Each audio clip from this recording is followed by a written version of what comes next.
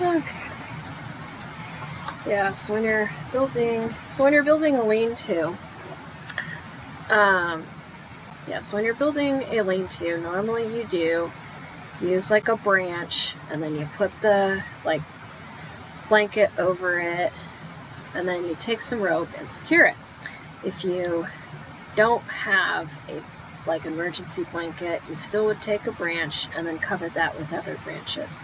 The thing about lean-tos is you have to be wary of wind, because you could be in an environment with not a lot of wind, not a problem, but if it's like super high intense winds, the blanket or the thermal might, flap about, which is why you need to secure it pretty well.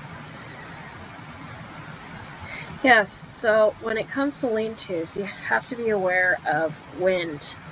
If there's not a lot of wind, you don't have to worry about the thermal blanket kind of flapping around in the wind. If there's a lot of wind, then it's going to be a lot of flapping.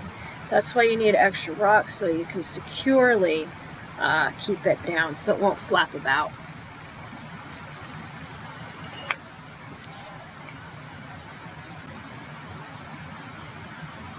Got it! Wind protection is key.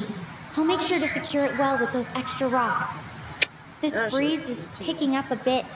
I really hope my makeshift shelter holds together.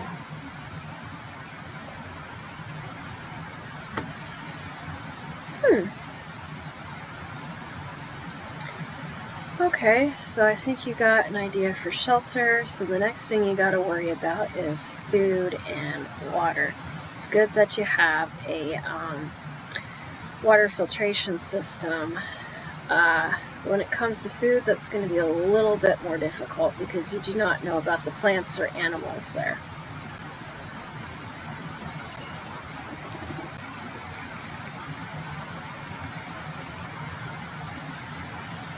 Food's definitely going to be tricky. The emergency rations will only last so long, and I have no idea what's safe to eat out here. I'm thinking I might have to rely on those energy bars for a while. It's going to be the same situation as last time. Do you have any general advice on foraging for food when you're completely unfamiliar with the environment?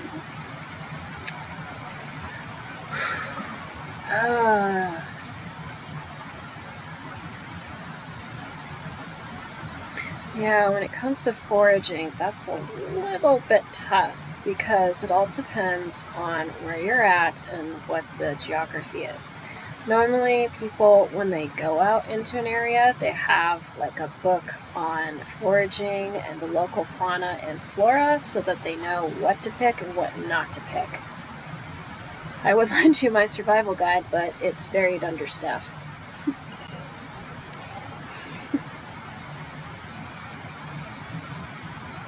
A foraging guide would be amazing right now, but I don't have anything like that.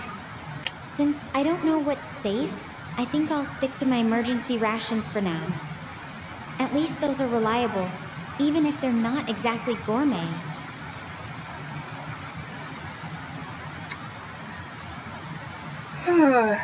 Okay, so we can think of this from two perspectives. First, that you have your emergency supplies. I'm not sure how many calories it is, but if I knew how many calories it is, I could calculate how long that would last you, but that can only last you so far. So I'd probably give that about 2 to 2.5 days tops that's going to last you.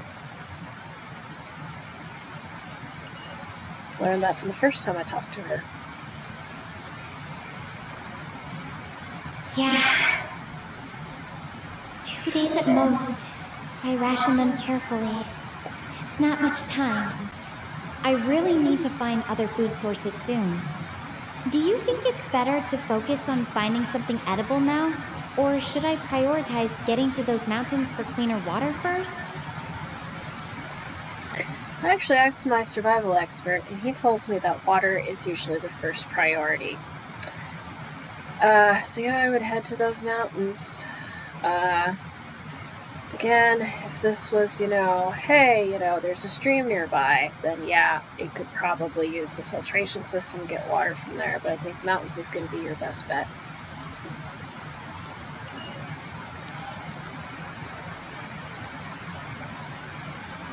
Mountains it is then. I just really hope I find something up there.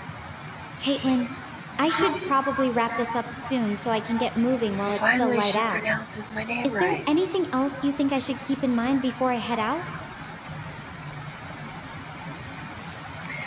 Yeah, just a couple things to keep in mind.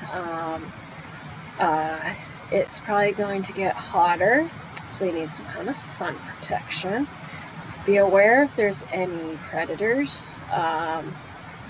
Also, you need some kind of flashlight for when it gets dark out.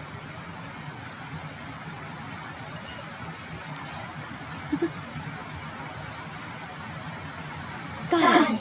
Sun protection, watch for predators, and a light source for when it gets dark.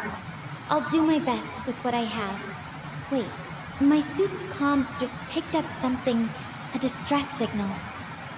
It's faint, but it might be from one of my teammates. I need to track this down. Wish me luck.